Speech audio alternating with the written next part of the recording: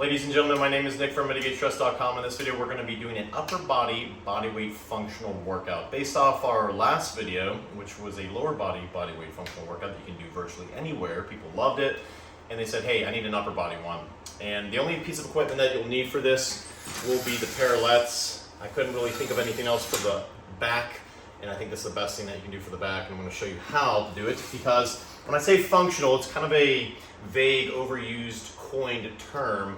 I mean cross body directional movements, or just connecting the slings. For example, your right pec connects into the opposite side of your left oblique, your left abs, as well as your left quads and groin all the way down your foot, all the way up to your head. So we want to maximize this one giant muscle with every single movement we do. It's one giant muscle, 600 or so attachments. We want to stimulate the whole thing every day because we're trying to resemble and optimize our walking gait mechanics, walking, running, and throwing, and become more proficient in that, because that spills over to everything: athletic performance, judo, Muay Thai, boxing, football, baseball, whatever, right? Before we get started, you're gonna wanna start with your trigger pointing before you start the workout, and that is basically doing 3 to 5 minutes with a large softball on your pec, specifically the pec minor here, 3 to 5 minutes to the bone on the pec minor here, 3 to 5 minutes here, upper abs, and then the lats or rear delt, lats or rear delt. You're gonna wanna spend some time on that.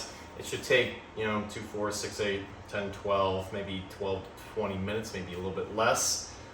If you are very, very tight, tender, dehydrated, calcified, sore, it's better to be safe than sorry. Right, so the first thing that we're gonna start with, I had to film this after I finished the video because I forgot to add this in.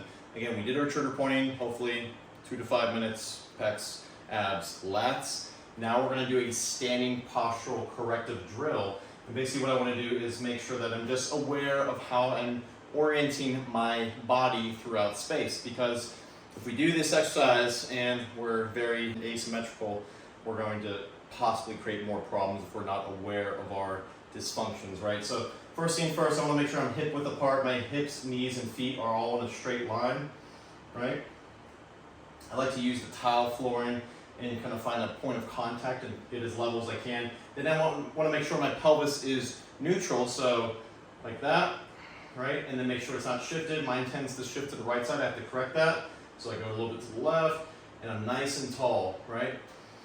So I want to get as tall as I possibly can. The space between my ribs and my hips should be as spacious as I possibly can. This is why we trigger point our abs, because it makes it a lot more efficient when we're doing this.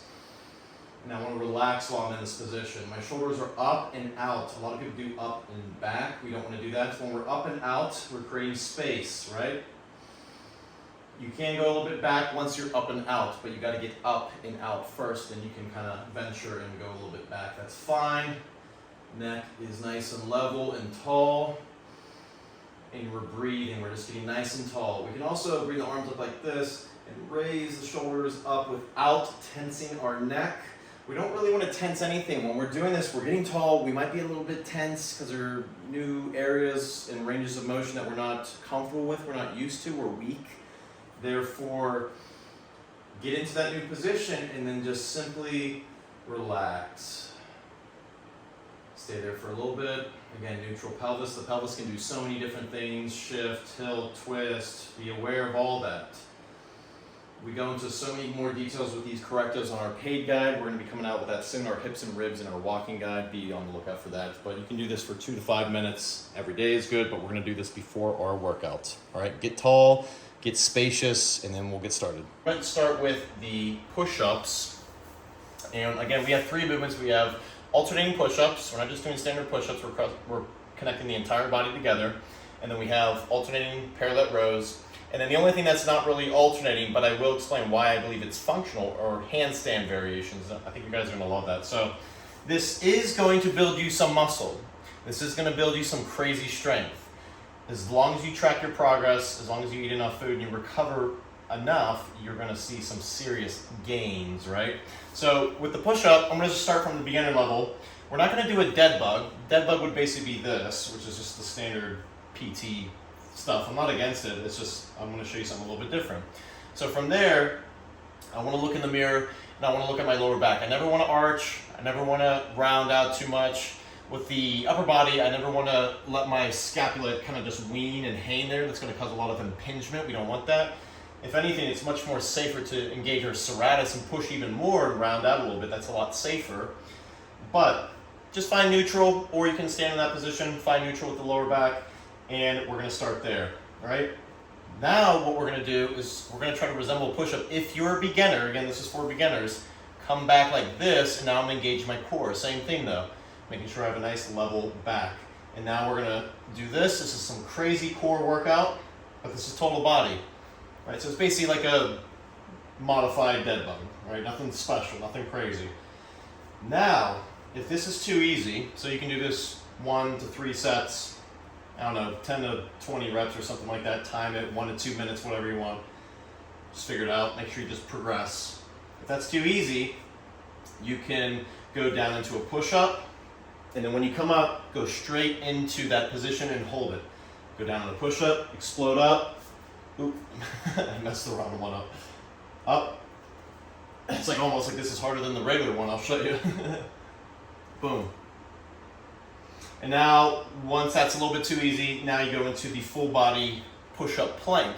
Same thing, bring the butt up, make sure it's nice and level. Come down into a push-up if you want, and then if you can, come up and hold that. That's very challenging. Now I'm going to show you what I actually want you to work up to. And this is actually possibly a little bit easier, but it is good to work on the core first because most people are very weak and have terrible total body connectivity. Watch this. All right, so after you've achieved that total body connectivity, now we're going to do the actual exercise, which is basically just this. Right arm, left leg, left arm, right leg. Opposite leg is lifting up, opposite arm is lifting up. We're not going up all the way. You can, so watch this. You can go up all the way. But I prefer to play with it. Nothing's set in stone per se. As long as you're just lifting left leg up, right arm up, left arm up, right leg up, right? Opposites. Another thing that we can explore is ground tension. We talked about this in our lower body weight workout. This is why I believe our lower body weight workout was the best ever, because we're using the ground to squeeze. You can do the same thing with your upper body. When you're down here, you can push out to the side, or you can squeeze as hard as you can in. Try that, squeeze as hard as you can in. And then explode up, squeeze, boom, squeeze, boom. I already did a bunch of reps. I'm not gonna keep doing that because I'm already pretty sore. I did some reps earlier before this, kind of testing this out. So that's an amazing exercise. Hopefully that makes sense as far as the progression if you're a beginner. Start with the modified, more advanced dead bug. Bring the knees back a little bit, engage the core, alternate, and then we can go to the full push-up plank, hold that, get familiar with it, and then you can try alternating that, which is just that, boom, boom, boom. And you can do the actual exercise, which is the alternating push-ups, right? So, now we're gonna bring in the parallettes. This is my favorite. This one I love because I was looking for a body weight back workout that wasn't just basic pull-ups. And I love pull-ups, don't get me wrong. I used to rock climb. But this one is freaking awesome. So you're gonna stretch down below, right?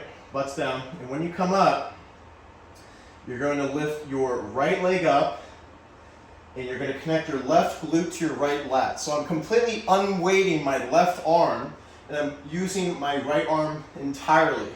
This is just for stability.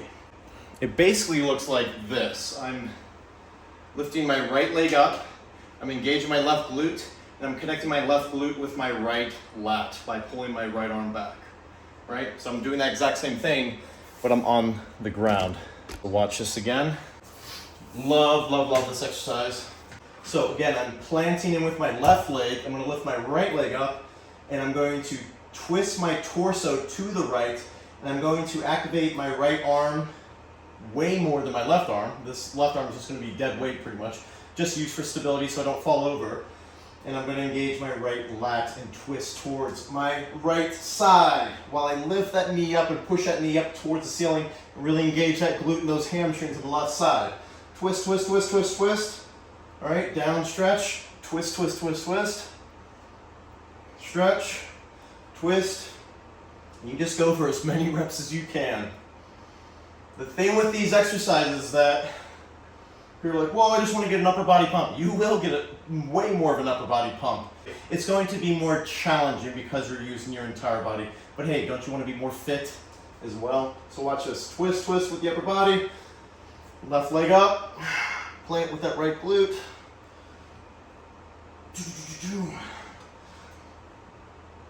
I don't want to be using my neck like this. A lot of us have nerd neck. Just keep the neck back. Twist. Unweight the arm. That is my favorite. I love this exercise.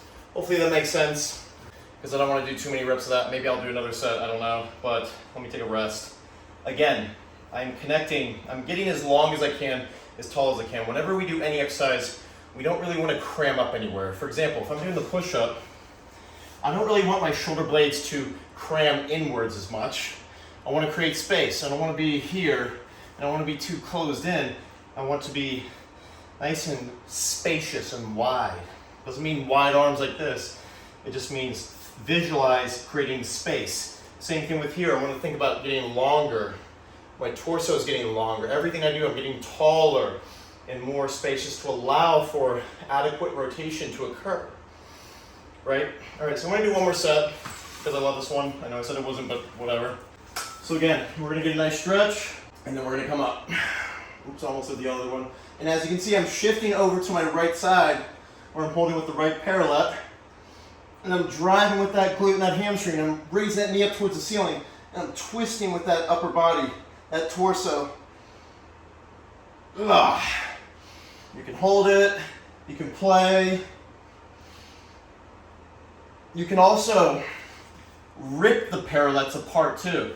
Play with it. So you don't really see people use abduction and adduction a lot with the lower body and the upper body, both of them together.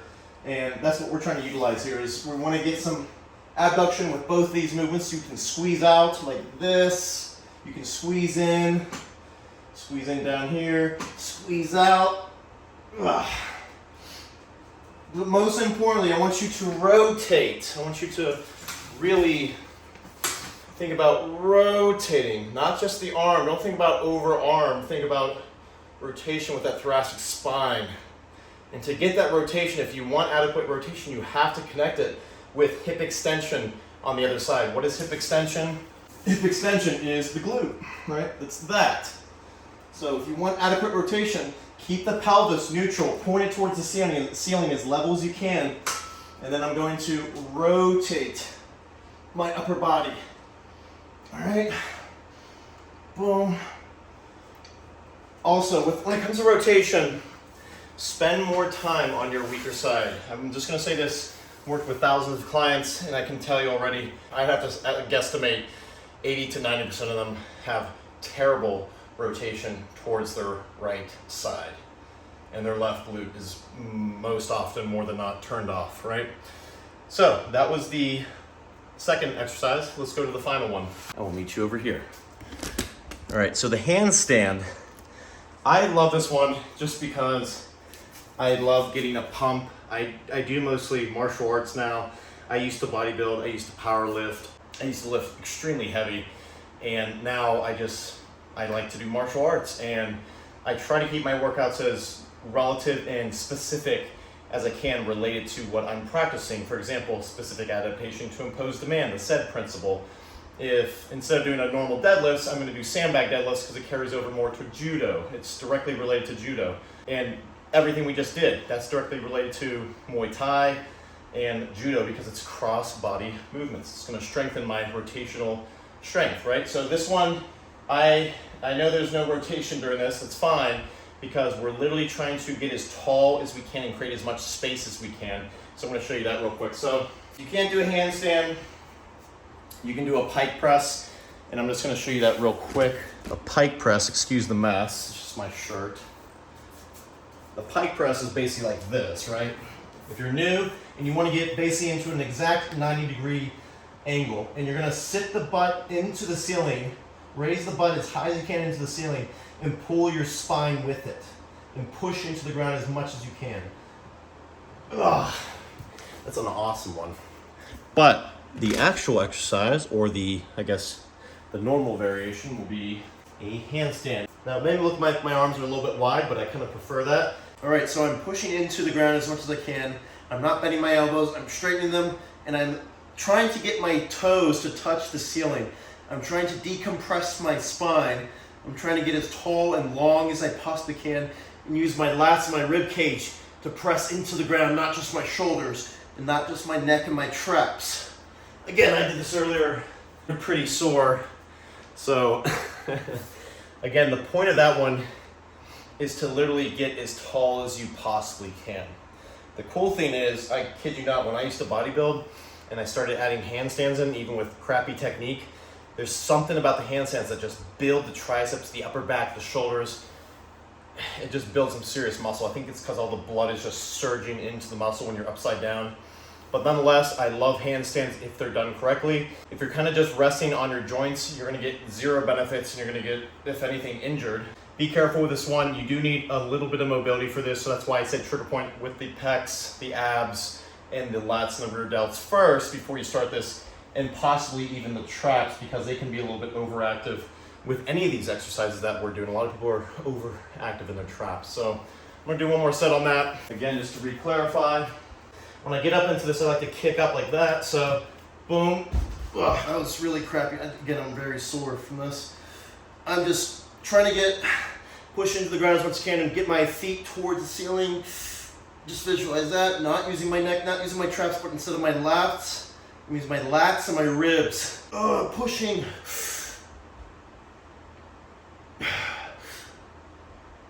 I'm trying to resist being compressed. I want to decompress and get as tall as I possibly can. I love this exercise. All right, guys, that's pretty much my favorite, very simple 3-movement, upper body, functional body weight workout that will get you jacked, that will get you strong, and it carries over into so many athletic things that you do, whatever. All right, I'll see you next time. Peace.